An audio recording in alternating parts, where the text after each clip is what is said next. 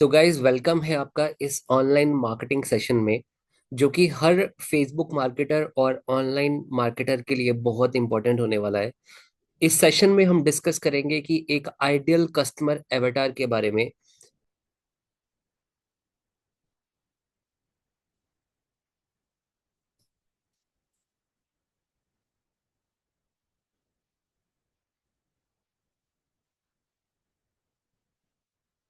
ये वो पहली चीज है जो आपको सबसे पहले डिस्कस करनी चाहिए।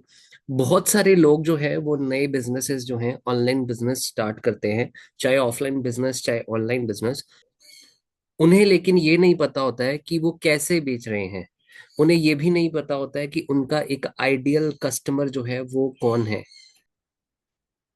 तो कुछ भी करने से पहले, चाहे फेसबुक एड रन करना हो या कुछ भी सेटअप करना हो, आपको ये इंश्योर करना होगा कि आप अपने आइडियल कस्टमर के बारे में सब कुछ जानते हैं। फॉर एग्जाम्पल, अगर आप एक ऑफलाइन बिजनेस स्टार्ट कर रहे हैं, मान लीजिए कि आप एक ग्रोसरी शॉप जो है वो ओपन कर रहे हैं।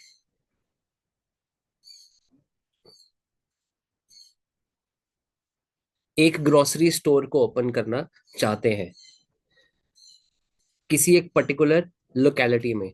वो ग्रोसरी स्टोर सेटअप करने से पहले आप देखेंगे कि आसपास कितनी सोसाइटीज हैं, कितने लोग डेली वहां कम्यूट करते हैं, और इन कस्टमर्स की गिनती को ध्यान में रखते हुए आप डिसाइड करेंगे कि आपका बिजनेस वहां सेटअप करना चाहिए या नहीं।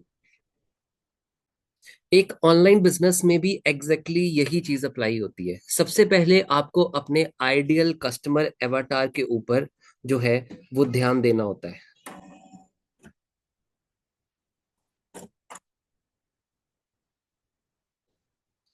आपके आइडियल कस्टमर एवाटार को ध्यान में रखना होता है। जब हम भी अपना कोई एक प्रोडक्ट लॉन्च करते हैं, तो उस वक्त हम सबसे पहले अपने एक आइडियल कस्टमर को डिफाइन करते हैं। एग्जाम्पल, रिसेंटली हम एक डिजिटल प्रोडक्ट को लॉन्च कर रहे थे, तो मैंने उस आइडियल कस्टमर के पर्सन का नाम लिखा, जो कि हमारा एक कंज्यूमर होने वाला है, जो कि हमारे सॉफ्टवेयर को बाय करने वाला है। तो जैसे कि फिर मैंने उस पर्सन का नाम लिखा, अमन।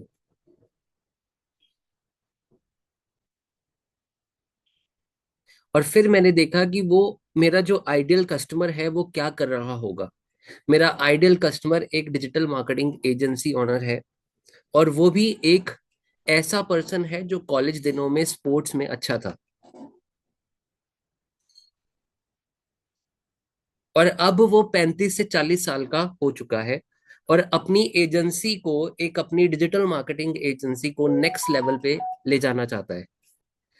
जब मुझे अपने आइडियल कस्टमर एवाटार के बारे में क्लैरिटी मिल गई, तब मुझे मार्केटिंग करने में आसानी हुई। म- मैं अमन के लिए मार्केटिंग कर रहा था, ना कि उन सभी वो हजारों और लाखों लोगों के लिए जो कि हमारे सेल्स पेज पर आने वाले हैं। अगर आप सबके बारे में सोचने लग गए, तो आप एक भी पर्सन को कैटर नहीं कर पाएंगे। आपको एक स्पेसिफिक पर्सन को टारगेट करना होगा। और अगर अमन मेरी सेल्स पेज पे आता है, तो मुझे इंश्योर करना होगा कि अमन मेरा प्रोडक्ट खरीदे। इसी तरह से ऐसे ही कॉपी और मार्केटिंग स्ट्रेटजी होनी चाहिए। और उसके बाद फिर मैं उन सभी लोगों को टारगेट करूंगा जो कि अमन के सिमिलर है। हम एक ऐसी दुनिया में रहते हैं जहां 8 बिलियन से ज्यादा लोग रहते हैं। तो हम बहुत सारे उन लोगों को टारगेट कर सकते हैं जो कि सिमिलर ट्रेट और पर्सनैलिटी के रहते हैं। तो सबसे पहले आपको अपने बिजनेस के हिसाब से आपका आइडियल कस्टमर एवाटार जो है उसको सेटअप करना होगा। सबसे पहले आपका प्रोडक्ट इंपॉर्टेंट है, और उसके बाद उसका आइडियल कस्टमर एवाटार इंपॉर्टेंट है। आपको आपके आइडियल कस्टमर एवाटार के बारे में पूरी जानकारी होनी चाहिए। एक बार आपको ये क्लैरिटी मिल जाएगी कि आपका आइडियल कस्टमर के करेक्टरिस्टिक्स क्या हैं, तब ही आप मार्केटिंग जो है वो स्टार्ट कर पाएंगे। तो जैसे कि कोई भी आपके ग्रोसरी बिजनेस में होता है, कोई भी सलून बिजनेस में होता है, कोई भी डॉक्टर के क्लिनिक में होता है, उसको अपने कस्टमर के बारे में पता होता है। कि हर एक डॉक्टर को पता होता है कि मैं, मेरा जो कस्टमर है उसको क्या बीमारी है, और किस बीमारी के कस्टमर्स का मैं इलाज करने वाला हूँ, तो वो अपने टारगेट कस्टमर को उसी तरह से डिफाइन करता है, और उसके लिए जो उसका टारगेट कस्टमर है, उसका जो कस्टमर एवाटार है, वो पर्टिकुलर उस बीमारी से ही गुजर रहा होगा।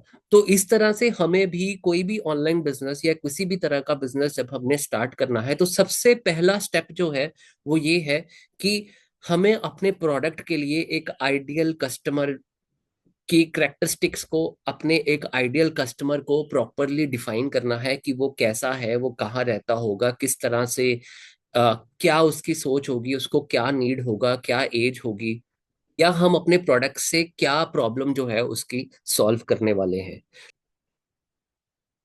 तो ये एक पहला लेसन है गाइस, ये एक आइडियल कस्टमर एवाटार के बारे में था। तो ऑलराइट गाइस, आई होप कि आपको आइडियल कस्टमर एवाटार के बारे में एक बेसिक जानकारी हो गई होगी, और इसकी इंपॉर्टेंस जो है वो आप समझ रहे होंगे। तो मिलते हैं गाइस अगले सेशन में। तो alright guys, see you then, bye bye.